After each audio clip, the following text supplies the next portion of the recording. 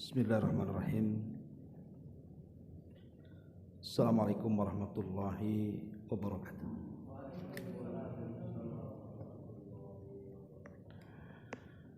Alhamdulillah wassalatu wassalamu ala Rasulillah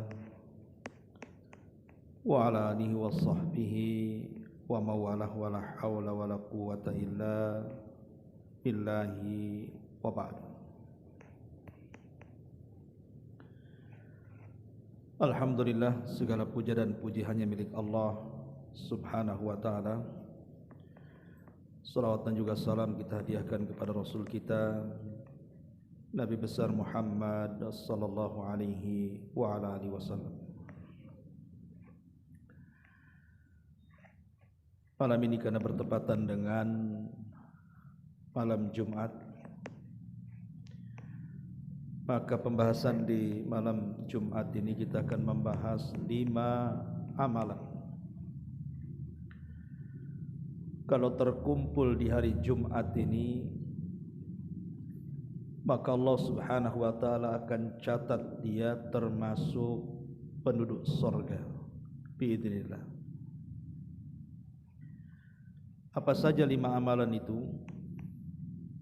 Kita akan baca riwayatnya baru kita jelaskan. Ma'asyiral muslimin wal muslimat rahimani wa rahimakumullah. Riwayat hadis ini dari sahabat Abu Sa'id Al-Khudri radhiyallahu anhu dan disahihkan oleh Syekh Nasiruddin Al-Albani dalam kitab Shahihut Targhib.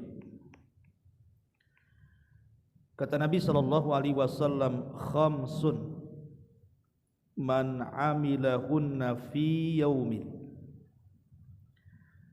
katabahu Allahu min ahlil jannah. 5 perkara kata Nabi sallallahu alaihi wasallam, barang siapa yang mengamalkannya dalam satu hari, khususnya hari Jumat, katabahu Allahu min ahlil jannah, maka Allah subhanahu wa ta'ala akan catat dia termasuk dari penduduk surga.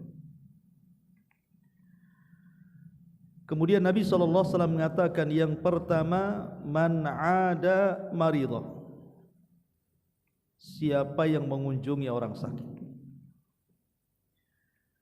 Kemudian yang kedua, wa syahida janazatan, dia hadir dalam proses fardu kifayah untuk mensalatkan dan menguburkan jenazah. Kemudian yang ketiga, wasama yauman, dia berpuasa dalam satu hari. Kemudian yang keempat, waraha yaumal jum'ati, kemudian dia bergegas untuk melaksanakan Jumat. Dan yang terakhir, wa'ataqa raqabatan, dan dia pun memerdekakan budak. Maka 5 perkara ini, kata Rasul, katabahullahu min ahlil jannah, kalau bisa mengumpulkannya dalam satu hari di hari Jumat, maka Allah akan catat dia termasuk penduduk surga. Baik, kita akan uraikan satu persatu. Ma'asyiral muslimin wal muslimat rahimani wa rahimakumullah. Di zaman Nabi sallallahu alaihi wasallam, Rasul pernah mengumpulkan para sahabat. Kemudian Nabi sallallahu alaihi wasallam mengatakan, man asbaha minkumul yauma sha'ima, siapa di antara kalian yang hari ini berpuasa? Qala Abu Bakrin radhiyallahu ana, kata Abu Bakar, saya.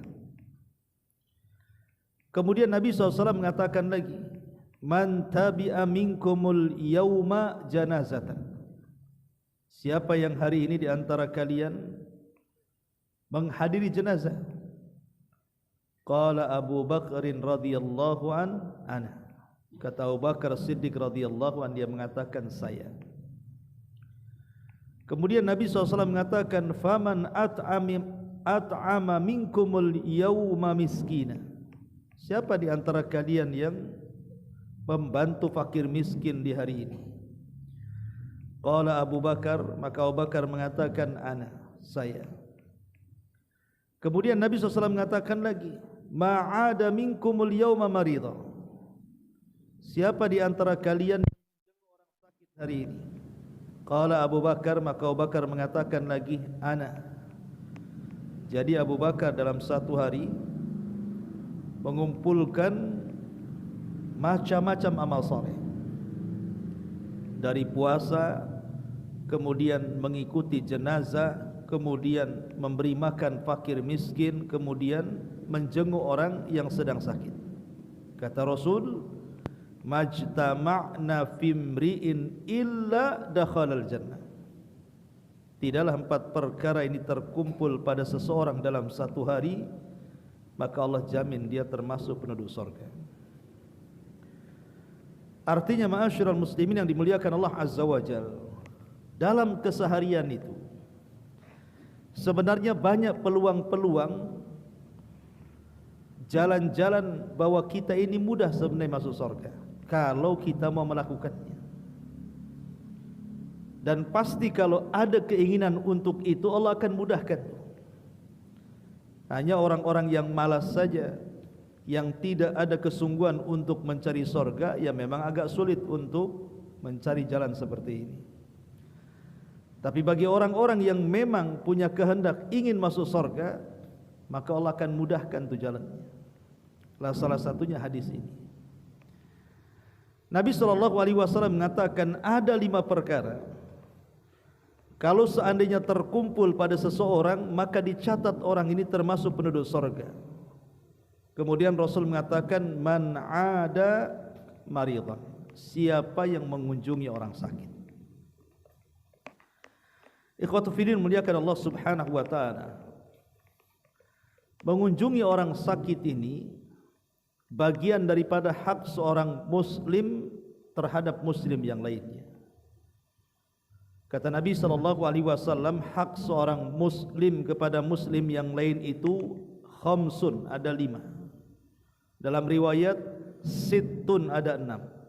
Dalam riwayat sab'un, ada 7. Salah satunya adalah iyadatul marda, seseorang mengunjungi orang sakit.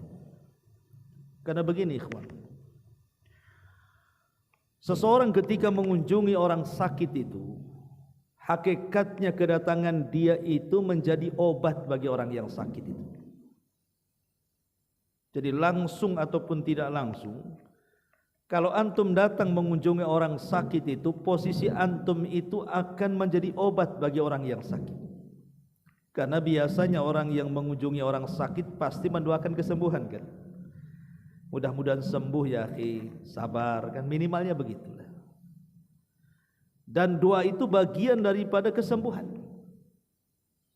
Jadi orang yang mengunjungi orang sakit doanya mustajab, orang sakit sendiri doanya mustajab. Ketika dua doa terpenuhi, dua-duanya mustajab. Karena doa orang sakit juga mustajab. Doa orang yang sedang kesulitan itu mustajab. Dalam Quran disebutkan, Allah Subhanahu wa taala mengatakan, amma yujibul mudtarra idza da'a. Siapakah yang akan mengijabah doa-doa orang yang kesulitan kalau bukan karena Allah Azza wa Jalla? Jadi doa orang yang kesulitan itu mustajab. Ditambah-tambah doa orang yang mengunjungi orang sakit juga mustajab. Jadi hakikat antum ketika mengunjungi orang sakit itu adalah obat bagi yang sakit itu. Dan kalau bisa, para ulama menyunahkan kalau antum datang kepada orang sakit itu, bawa oleh-oleh obat. Jangan pisang, buah-buahan, itu yang makan yang jaga biasanya, bukan yang sakit. Maksudnya bawa obat-obatan. Karena antum kan bukan dokter, bukan orang farmasi, tentu tidak pahamlah obat-obatan medis itu kan. Obat-obatan yang jelas-jelas ada syar'inya sajalah. Pamannya antum bawa air zam-zam. Yang tidak usah bawa sejerigen pun nggak ada. Sikit aja lah segini kan, ada itu botol kecil, sekali teguk aja kan. Karena air zam-zam itu air berkah. Kata Nabi SAW, ma'u zamzam lima syuriba lahu. Air zam-zam itu akan mengabulkan setiap yang meminumnya. Hadiah ya air zam-zam. Coba akhi minum ini, mudah-mudahan Allah sembuhkan penyakit. Atau kalau tidak ada air zam-zam, bawa madu.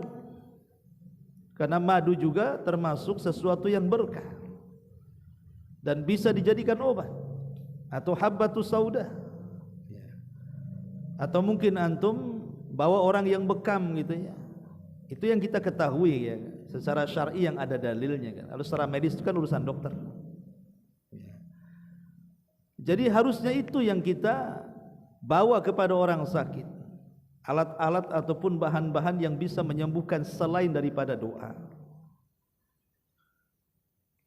Tentu doa juga diajarkan Nabi SAW. Kata Nabi SAW dalam riwayat Abu Dawud, man 'ada maridan lam yahdur ajaluhu faqala indahu sab'a mirari as'alullahal azim rabbal arshil azim an yashfiyaka illa afaqullahu min dhalikal marad. Dalam hadis yang dikeluarkan Imam Abi Dawud dan disahihkan oleh Syekh Albani, kata Rasul, sesiapa yang mengunjungi orang sakit sebelum datang ajalnya, kemudian dia berdoa di sampingnya, kemudian antum baca doa ini berkali-kali, doanya pendek, as'alullaha al-azim rabbal arshil azim an yashfiyaka. Itu saja. Saya ulang, as'alullaha al-azim rabbal arshil karim an yashfiyaka. Artinya, aku memohon kepada Allah yang maha agung, pemilik arsy yang sangat besar, semoga Allah menyembuhkan. Doa ini isinya tawasul. Jadi kita bertawasul kepada nama-nama Allah agar supaya Allah menyembuhkan penyakitnya. Dan tawasul itu bisa menghilangkan kesulitan manusia. Kata Nabi SAW, kalau kita baca berulang-ulang kalimat ini, melainkan Allah akan menyembuhkan dari penyakitnya. Kalau memang Allah takdirkan. Tapi kalau sudah dibaca berkali-kali kok tak sembuh-sembuh, ya itu sudah takdir. Tapi kalau Allah Subhanahu wa taala berkehendak, maka akan disembuhkan penyakitnya. Hanya mengulang-ulang kalimat as'alullahal azim rabbal arshil azim an yashfiyaka. Terus diulang-ulang. Ya tentu ada doa-doa yang lainnya seperti umpamanya la ba'sa tahurun insyaallah, ataupun Allahumma rabban nas adhibil ba'si ashfi anta syafi la shifa illa shifauka shifaan la yughadiru saqama umpamanya. Banyak doa-doa yang diajarkan Nabi sallallahu alaihi wasallam. Ma'asyiral muslimin wal muslimat rahimani wa rahimakumullah. Dan kita tahu bahwa banyak keistimewaan yang akan didapat itu bagi orang-orang yang mengunjungi orang sakit. Pertama, orang yang mengunjungi orang sakit itu akan dapat pahala besar.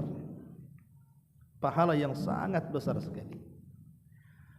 Dalam hadis Nabi sallallahu alaihi wasallam mengatakan, kata Nabi sallallahu alaihi wasallam, ma min muslim ya'udu musliman ghadwatan illa shalla alaihi sab'una alfa malakin hatta yumsiya wa in adahu asyiyatan illa shalla alaihi sab'una alfa malakin hatta yusbiha wa kana lahu kharifil jannah.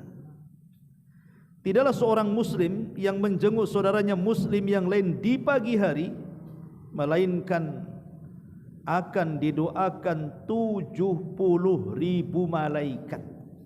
70.000 malaikat, ikhwan, bukan sedikit. Ya. Itu mendoakan kita. Jadi kalau kita mengunjungi orang sakit di waktu pagi, maka kita akan mendapatkan doa 70.000 malaikat itu sampai sore. Dan kalau seandainya kita menjenguk di sore hari, maka dia akan didoakan oleh 70.000 malaikat sampai waktu pagi. dan baginya kebun di tengah-tengah sorga. Kurang apa coba? Hadis ini dihasankan oleh Imam Ibn Hibban dan juga Syekh Albani rahimahullahu ta'ala dalam kitab Sahih Sunan Tirmidzi. Dua keutamaan besar di sini kan. Pertama, 70.000 malaikat mendoakan kebaikan. Dan doanya malaikat mustajab. Mereka makhluk yang tidak pernah bermaksiat. Kalau berdoa yang mustajab lah. Yang kedua, kata Nabi SAW, wa kana lahu kharifun fil jannah, dan baginya akan mendapatkan kebun di tengah surga. Ini menunjukkan bahwa orang yang datang ke orang sakit itu akan mendapatkan pahala yang sangat besar. Yang kedua, akan memberikan motivasi atau kekuatan kepada orang yang sakit. Karena biasanya kan kalau kita datang ke orang sakit, ya pasti kita akan bicara yang baik-baik. Cepatlah akhi sembuh gitu kan, supaya kita bisa ngaji lagi, bisa ibadah lagi, dan begitu seterusnya, ngasih semangat. Dan kita tahu bahwa sugesti dalam ilmu kesehatan juga bisa menyembuhkan. Ya, sugesti itu bisa menyembuhkan, keyakinan yang kuat itu bisa menyembuhkan, dan kita bisa menghibur orang sakit. Umpamanya orang ini kena stroke, kan, udah putus asa, kesana kemari tak sembuh-sembuh, antum datang, insyaallah banyak kok orang seperti antum yang sakit ini sembuh. Asal antum kuat, antum mau olahraga, pokoknya antum ngasih semangat tuh. Akhirnya tertanam tuh sugesti itu bagian daripada kesembuhan itu. Kemudian juga yang ketiga, mendoakan kepada orang yang sakit, dan itu kita diingatkan juga akan nikmat yang Allah tampakkan kepada kita. Alhamdulillah saya masih sehat, tidak seperti dia. Alhamdulillah saya masih bisa berjalan, dia pula tak bisa jalan. Alhamdulillah saya masih bisa makan enak, dia semua pahit di mulutnya itu. Jadi dari situ kita mengenang nikmat Allah Azza wa Jalla, akhirnya jadi bersyukur. Karena Nabi SAW mengatakan, lihat ke yang di bawah, jangan lihat ke yang di atas. Dan itu lebih bisa mensyukuri nikmat Allah Subhanahu wa ta'ala. Dan kalau memang orang sakit ini ahli maksiat, maka kita mungkin bisa mendakwahi dia.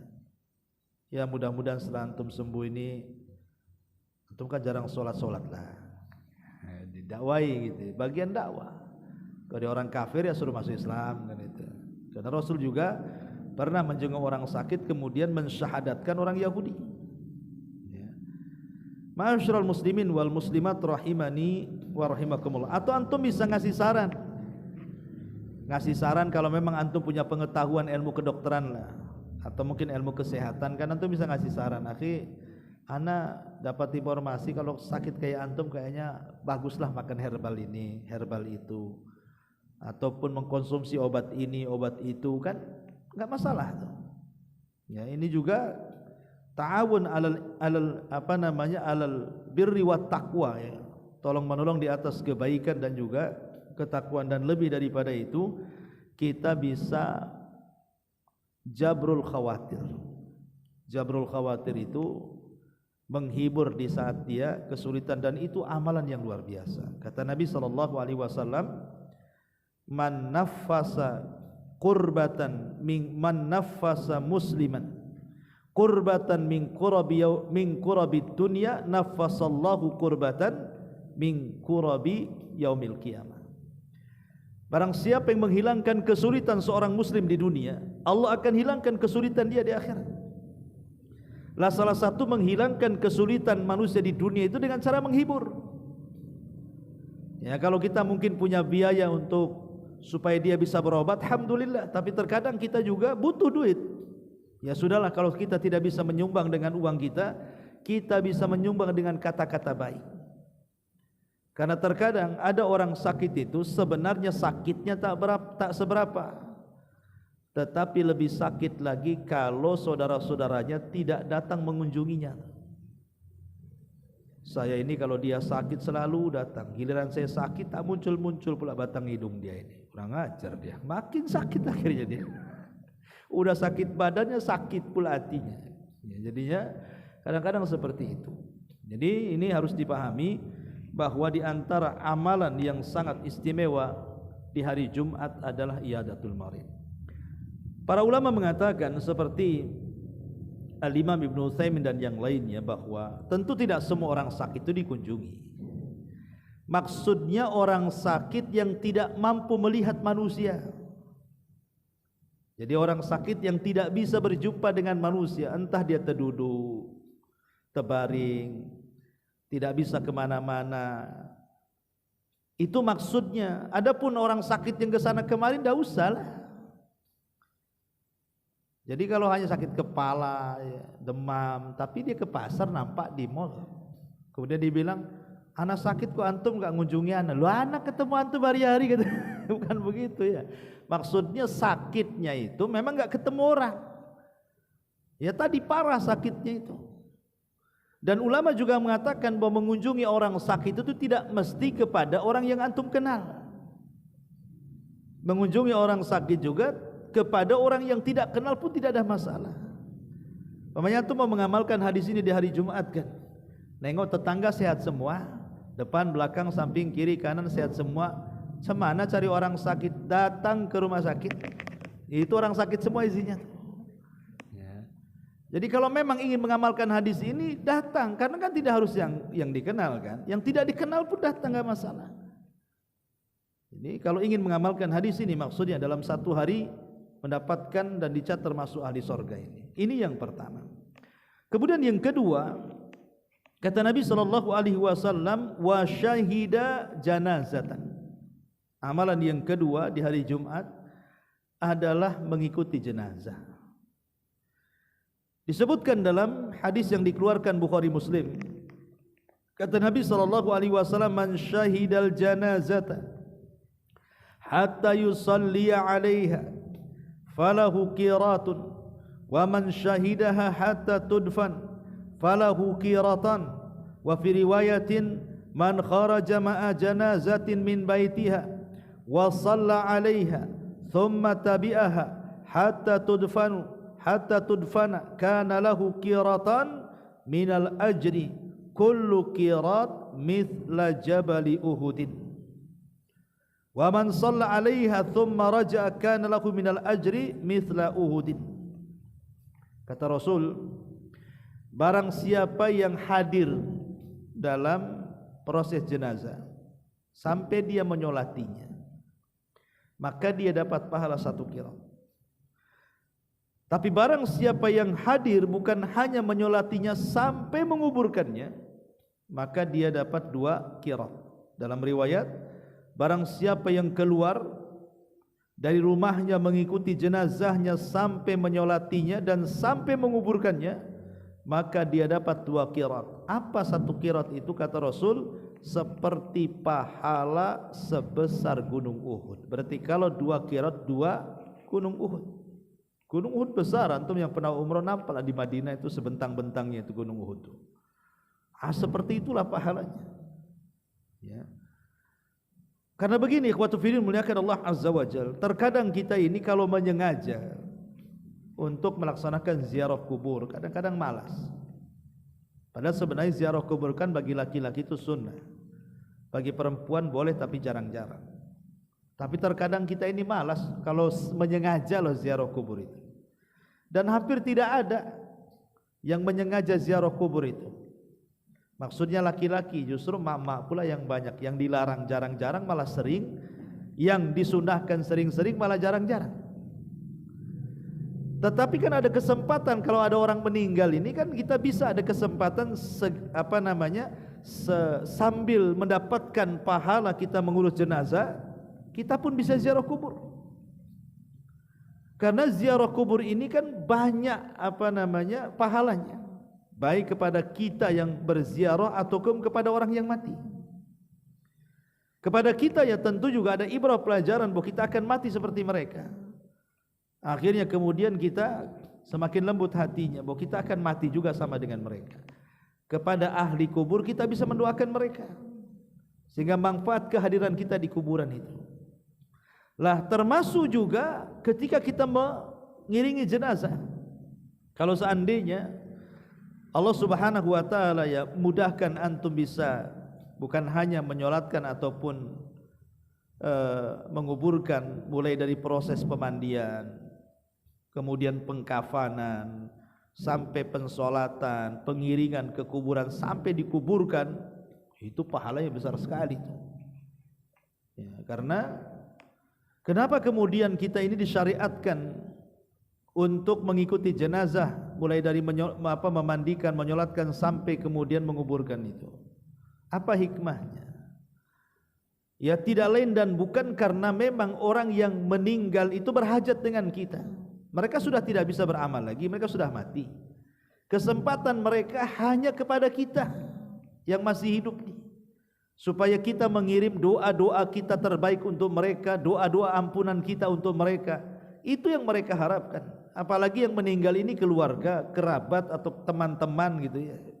Maka itu penting dipahami. Termasuk juga dimandikan supaya dibedakan antara yang mati hewan dengan manusia, kan beda. Kalau manusia itu harus dihormati, dimandikan, dikafankan, dikasihkan wewangian supaya ada perbedaan. Ya, dan lebih daripada itu tentu mereka mengharapkan doa-doa kita. Lah masalahnya ada sebagian orang itu yang terkadang mereka meremehkan soal prosesi jenazah ini. Padahal Rasul mengatakan asri ubil jenazah, segerakan jenazah itu dikuburkan. Tapi ada jenazah itu kadang-kadang sehari dua hari dibiarkan. Alasannya nunggu keluarganya belum datang dari kampung, dari ini dari itu. Akhirnya jenazah ini kemudian kasihan di rumahnya. Padahal Rasul mengatakan kalau dia orang baik, dengan menyegerakan jenazah itu berarti itu kebaikan bagi dia. Tapi kalau orang jahat berarti kita sudah menghilangkan kejahatan di rumah kita. Jadi dua-duanya baik. Kalau dia orang baik, kemudian kita tahan-tahan, kita zalim sama dia. Tapi kalau dia orang jahat, sama aja kita ini menyimpan kejahatan dalam rumah namanya. Dikhawatirkan firman Allah Azza wa Jalla, wattaqu fitnatal la tusibanna alladzina zalamu minkum khassah. Terkadang kalau Allah menurunkan fitnah ataupun azab ataupun bala kepada orang-orang yang bermaksiat itu, bukan hanya terkena orang zalim saja, tapi orang-orang baik di sekitarnya takut terkena imbasnya. Makanya disegerakan. Takut di situ turun pula azab Allah, kan? Segerakan kalau dia orang jahat. Kalau orang baik pun segerakan supaya kita tidak zalim sama dia. Karena dia ingin cepat mendapatkan kenikmatan dalam kuburnya kalau dia orang baik. Ya. Ma'asyiral muslimin wal muslimat rahimani wa rahimakumullah. Masalahnya Ustaz, nyari orang mati itu susah. Pas pula di hari Jumat pula tidak ada pula orang mati. Ya cari informasi lah ke rumah sakit, kemana lagi. Ada orang mati nggak di rumah sakit? Ya, oh di Batu Haji pasti ada lah setiap hari orang mati itu. Entah tidak di Jodoh sini ya mungkin di Batam Center, tidak di Batam Center ya mungkin di Tiban atau di Bengkong atau di Batu Haji. Atau kalau mau jauh ke Tanjung Pinang atau mau nyebrang sana gitu. Yang jelas kan kita ini ingin mengamalkan satu amalan yang satu hari itu ada di situ. Ya mungkin mengunjungi orang sakit ataupun menjenguk orang sakit atau mengantarkan jenazah. Kemudian yang ketiga, kata Nabi SAW, wasama yauman, dan berusaha untuk berpuasa dalam satu hari. Ma'asyiral muslimin wal muslimat rahimani wa rahimakumullah. Rasul mengatakan dalam sebuah hadis yang dikeluarkan Bukhari Muslim dan disepakati keduanya, dari hadis Abu Sa'id Al-Khudri radhiyallahu anhu, man shama yauman fi sabilillah ba'adallahu wajhahu 'anin nari sab'ina kharifa. Barang siapa yang berpuasa satu hari saja, tentu dalam rangka mencari wajah Allah, ikhlas karena Allah Azza wa Jalla, Allah akan jauhkan wajahnya dari api neraka sejauh sab'ina kharifa, 70 kharif perjalanan. Al-Imam An-Nawawi rahimahullahu ta'ala ketika memahami kalimat kharif dalam hadis ini, wal murad sab'ina sanatan, yang dimaksud kharif di sini artinya tahun. Berarti orang yang berpuasa dalam satu hari karena Allah Allah akan jauhkan neraka dari wajah dia dalam perjalanan 70 tahun. Bayangkan ikhwan, antum berjalan tidak berhenti 70 tahun itu sampai di mana kira-kira? Sampai nggak ke Amerika ya? Jalan kaki loh ya. Anggaplah nggak ada lautan, daratan semua gitu. Ya boleh jadi mungkin udah beberapa keliling dunia tuh. 70.000 tahun. Apalagi pakai sepeda. Lebih cepat lagi pakai motor, pakai mobil, 70.000 tahun, mutar-mutar udah berapa kali itu muterin dunia. Sejauh itulah neraka dijauhkan dari wajah kita. Ini baru 1 hari, baik sunnah ataupun wajib ya. Sementara puasa-puasa sunnah itu kan banyak. Ada yang sifatnya harian. Puasa itu kan ada yang sifatnya harian. Ada yang sifatnya pekanan. Ada yang sifatnya bulanan, ada yang sifatnya tahunan. Puasa yang sifatnya harian seperti apa? Puasa Daud, 1 hari puasa, 1 hari tidak. 1 hari puasa, 1 hari tidak. Itu harian namanya. Ya. Ada yang sifatnya pekanan, Senin Kamis. Ya, kalau enggak Senin Kamis. Ada yang sifatnya itu bulanan, Ayyamul Bidh. 13, 14, 15 kan itu. Atau kalaupun tidak bisa 13, 14, 15 boleh terserah. Di tanggal berapa saja tidak masalah. Yang penting 3 hari dalam sebulan. Ya. Ada yang sifatnya tahunan. Seperti mamanya puasa Muharram, puasa Dzulhijjah, puasa Sya'ban, kan itu. Itu puasa sunnah tuh. Ya. Kalau puasa wajib sudah jelas lah, tahunan Ramadan. Artinya kita diberikan kesempatan puasa itu loh. Tidak harus menunggu lama. Larangan orang tidak berpuasa dalam hari-hari itu cuma terbatas. Tidak boleh puasa di hari Idul Adha, Idul Fitri, atau mengkhususkan hari Jumat atau hari Sabtu tanpa puasa sebelum dan sesudahnya. Hanya itu saja. Tapi selebihnya hari dalam satu tahun itu boleh kita puasa kok. Jadi di sini Allah membuka lebar-lebar untuk melaksanakan puasa kapan saja boleh, asal jangan Idul Fitri, Idul Adha dikhususkan hari Jumat atau hari Sabtu itu saja. Dan lihat bagaimana pahala puasa itu luar biasa. Sampai Rasul mengatakan dalam hadis qudsi itu, apa kata Rasul? As-saumu li wa ana azibih. Puasa itu milikku, aku yang akan membalasnya. Al-Imam Sufyan ibn Uyainah rahimahullahu ta'ala, seorang ulama Mekah, guru daripada Imam Syafi'i rahimahullahu ta'ala, yang membimbing Imam Syafi'i dari kecil sampai menjadi ulama besar, itulah Sufyan ibn Uyainah. Kemudian memerintahkan Imam Syafi'i untuk mendalami ilmu ke Madinah ke Imam Malik. Tapi dialah guru yang banyak berjasa kepada Imam Syafi'i waktu masih belajar di Mekah. Sufyan ibn Uyainah mengatakan, semua pahala yang kita lakukan ini, semua pahala, entah pahala solat, pahala sedekah, pahala zikir, pahala ngaji seperti ini, pahala baca Quran, sebutkan pahala yang lain selain puasa lah ya. Sebutkan ibadah apapun yang ada pahalanya. Pahala-pahala itu bisa diambil orang karena kezaliman yang kita lakukan, kecuali puasa. Pahala puasa tidak akan bisa diambil orang. Kalau pahala yang lain bisa diambil orang. Dalam hadis muflis dijelaskan, kata Nabi SAW, atadruna mal muflisu hadil ummah. Tahukah kalian siapa orang bangkrut dari umat ini? Ya sahabat polos-polos saja mengatakan, Rasul, orang yang bangkrut ya orang yang gak punya dinar, gak punya dirham, yang gulung tikar, itulah orang bangkrut. Tapi Rasul mengatakan, bukan itu hakikat orang bangkrut. Hakikat orang bangkrut itulah orang yang datang menghadap Allah, dia membawa pahala salat, pahala sedekah, pahala haji, pahala ini, pahala itu, macam-macam. Tapi di satu sisi dia pernah mencaci maki si fulan, menghina si fulan, merendahkan si fulan, mengambil hak si fulan, membunuh si fulan, dan begitu seterusnya. Nanti pada hari kiamat orang yang zalim dan yang dizalimi akan berjumpa di kontor. Kemudian kata yang dizalimi, hei kau zalim kepadaku di dunia, mana pahalamu? Akhirnya pahalanya dikasih. Mana pahalamu? Ini pahalamu. Ini mana? Sampai akhirnya habis pahalanya.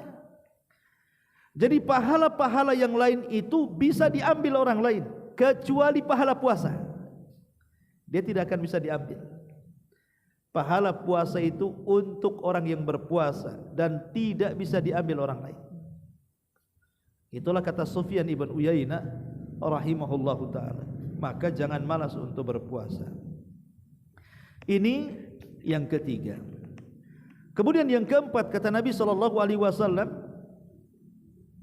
waraha yaumal jum'ati, dan dia berusaha untuk datang pagi-pagi di hari Jumat untuk melaksanakan Jumat. Tentu ini khusus bagi laki-laki.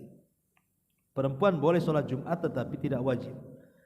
Tapi bagi laki-laki harus sholat Jumat. Taib, sedikit kita bicara tentang masalah Jumat. Ma'asyiral muslimin yang dimuliakan Allah Subhanahu wa taala. Nabi SAW mengatakan ketika bicara tentang fadilah hari Jumat itu,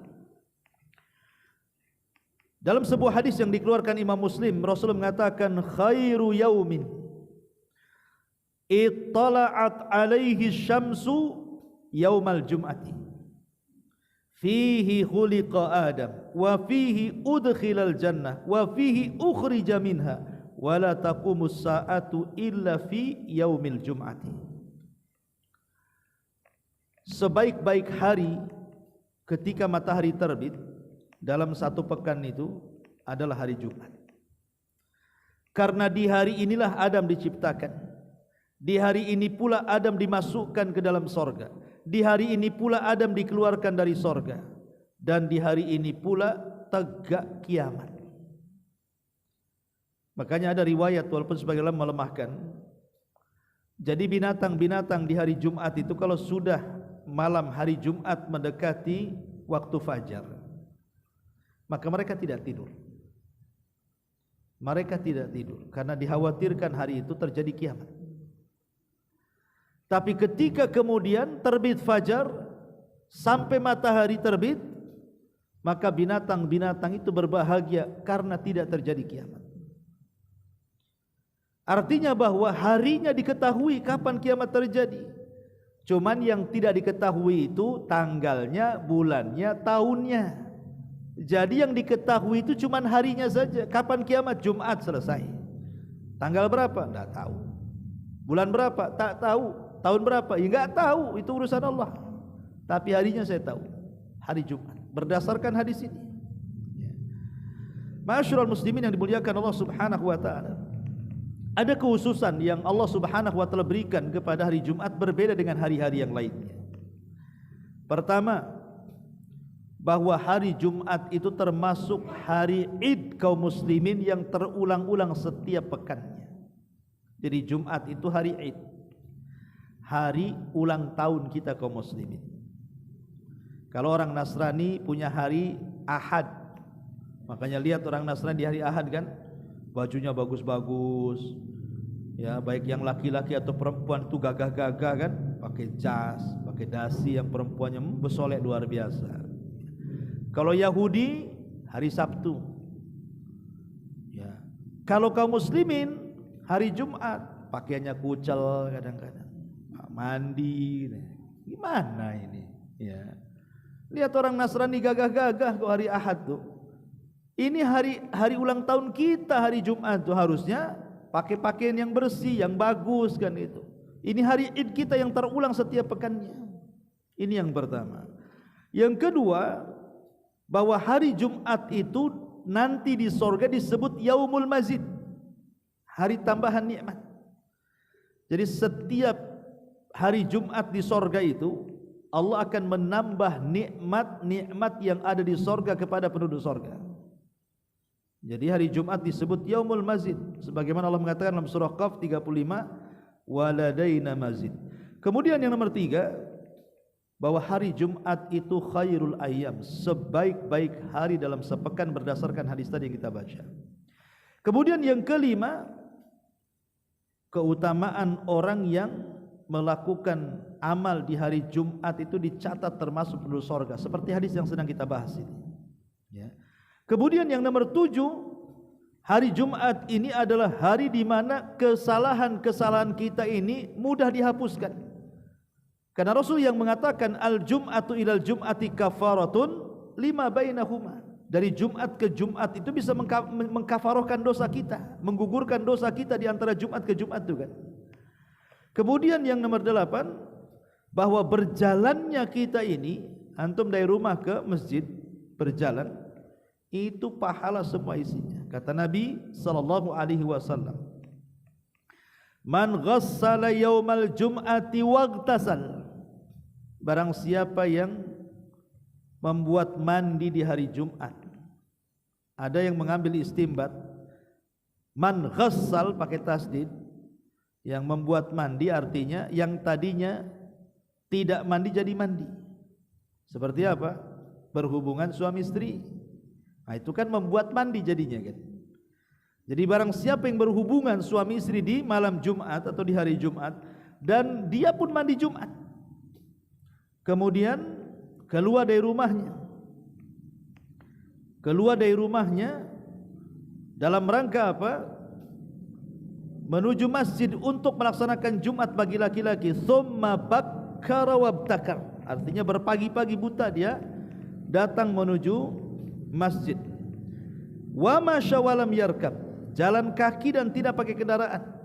Ya kalau dekat, ya kalau jauh ya susah juga antum. Dari Jodoh pengen sholat di Jabal Uhud, antum niatnya sholat Jumat sampai sana sholat asar, kejauhan sana kan ya. Ya maksudnya kalau dekat lah, kalau jauh ya pakai kendaraan. Ya. Kemudian kata Nabi SAW, wadana minal imam, masuk masjid saja langsung mendekat kepada imam, bukan cari tiang. Ini masuk masjid cari tiang, ini udah alamat nih.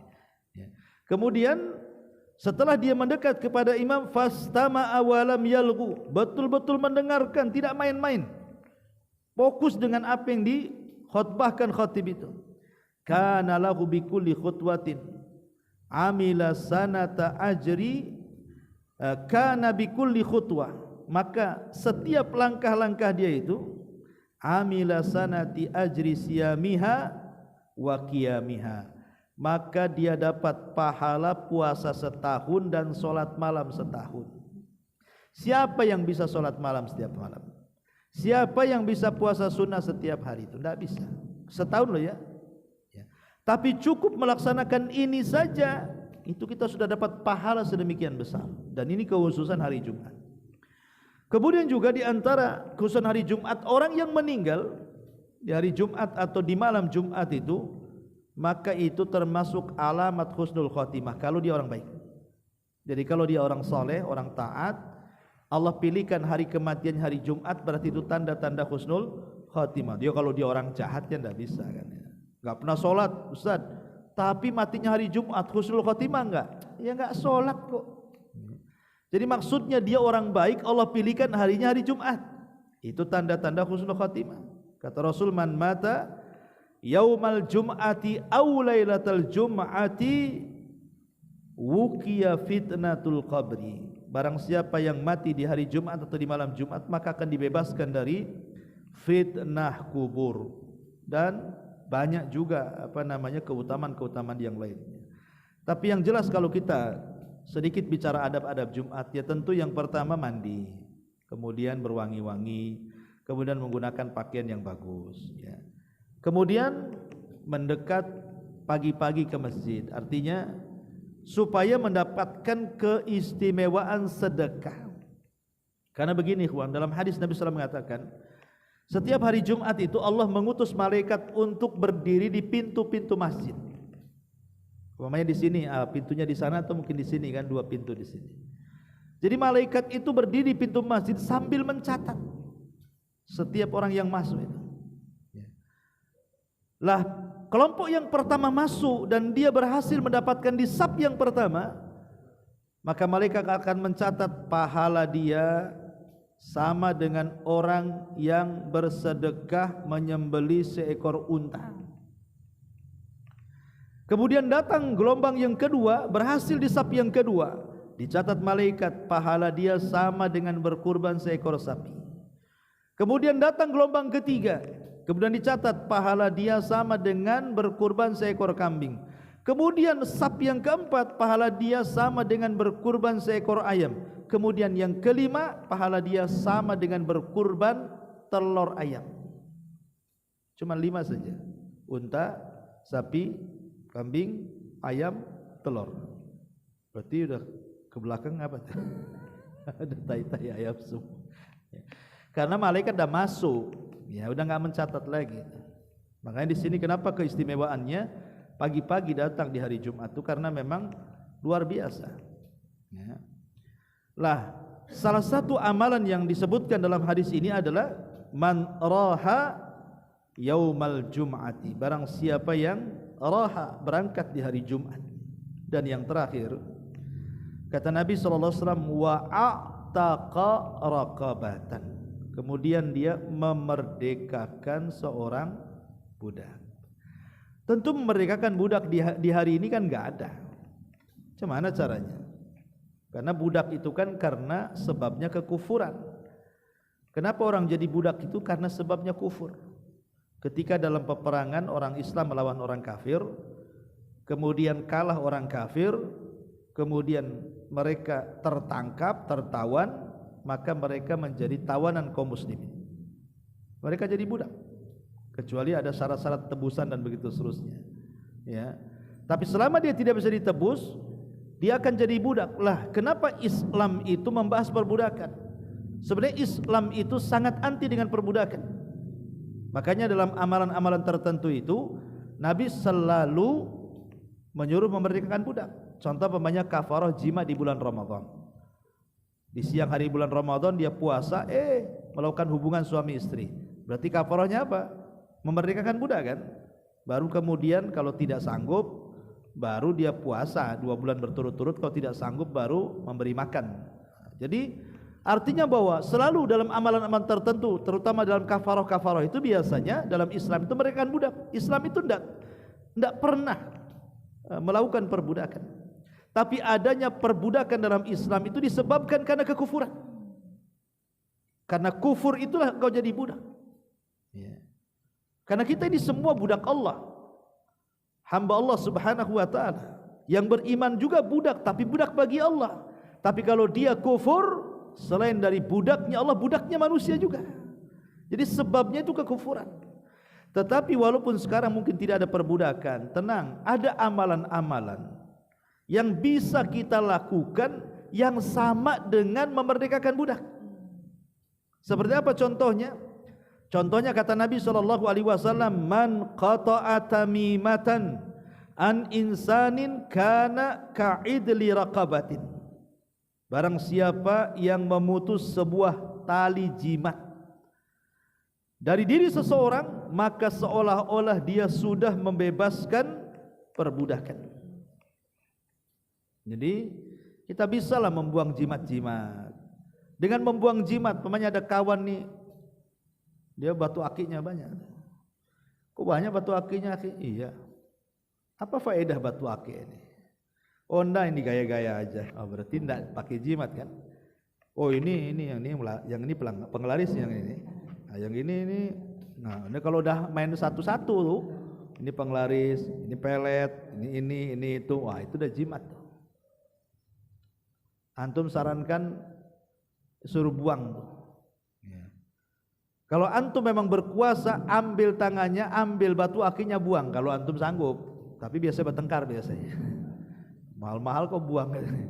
Maksudnya kalau kita punya kekuasaan. Tapi kalau tidak penguasaan, antum sarankan dengan dakwah. Tidak boleh, itu jimat haram. Kalau engkau mati, itu jimat di tanganmu, engkau akan selamat dunia akhirat. Atau kalau tidak bisa ya dengan hati, minimalnya ada dakwah. Ya. Ini amalan yang pertama. Amalan yang kedua, hadis Abu Hurairah radhiyallahu an, Nabi mengatakan, "Man qala la ilaha illallah wahdahu la syarikalah, lahul mulku wa lahul hamdu, yuhyi wa yumiitu wa huwa ala kulli syai'in qadir." Siapa yang mengatakan la ilaha illallah wahdahu la syarikalah, lahul mulku wa lahul hamdu, yuhyi wa yumiitu wa huwa ala kulli syai'in qadir, dalam satu hari itu 100 kali berzikir seperti ini, maka seolah-olah dia telah memerdekakan 10 orang budak. 10 orang budak itu banyak, mahal budak itu. Ya. Jadi amalan yang kedua berzikir dengan bacaan yang sudah ditetapkan Rasul, la ilaha illallah wahdahu la syarikalah, lahul mulku wa lahul hamdu, yuhyi wa yumit wa huwa ala kulli syai'in qadir. Ataupun hadis dari Ummu Hani radhiyallahu anha, dia mengatakan aku datang kepada Rasul, ataitun nabiyya sallallahu alaihi wasallam, aku datang kepada Rasul, kata Ummu Hani, faqultu, dan aku katakan, ya Rasulullah, dullani ala amalin fa inni qad kaburat wa dha'ufat wa baduna. Rasul, tunjukkanlah kepadaku satu amalan. Saya ini sudah tua, sudah renta, sudah tidak muda lagi, sudah lemas. Janganlah kau berikan amalan yang berat. Bisa enggak kau tunjukkan kepadaku amalan yang ringan bagi usia seusiaku ini? Maka Nabi SAW mengatakan kepada Ummu Hani, kabbirillaha mi'ata marrah wahmadillaha mi'ata marrah wasabbihillaha mi'ata marrah khairun min mi'ati farasin muljamin musrajin fi sabilillah wa khairun min mi'ati badanatin wa khairun min mi'ati raqabatin. Kata Rasul, wahai Ummu Hani, bertakbirlah 100 kali, memujilah Allah alhamdulillah 100 kali, bertasbihlah subhanallah 100 kali dalam satu hari maksudnya. Lihat pahalanya. Itu lebih baik, kata Rasul, dibandingkan 100 kuda perang yang digunakan di jalan Allah. Itu lebih baik dibandingkan 100 unta yang disedekahkan. Itu lebih baik dibandingkan 100 budak yang dimerdekakan. Nah, jadi bisa juga kita ini mendapatkan pahala memerdekakan budak dengan cara seperti ini. Baca tasbih, takbir, takbir, kemudian tahmid, kemudian tasbih, masing-masing 100 kali dalam satu hari satu malam. Wallahu a'lam bishawab. Ikhwan, ini yang bisa saya sampaikan. Ya, mudah-mudahan bisa kita amalkan. Subhanaka bihamdika asyhadu an la ilaha illa anta astaghfiruka wa atubu ilaik. Allahu ta'ala alam. Assalamualaikum.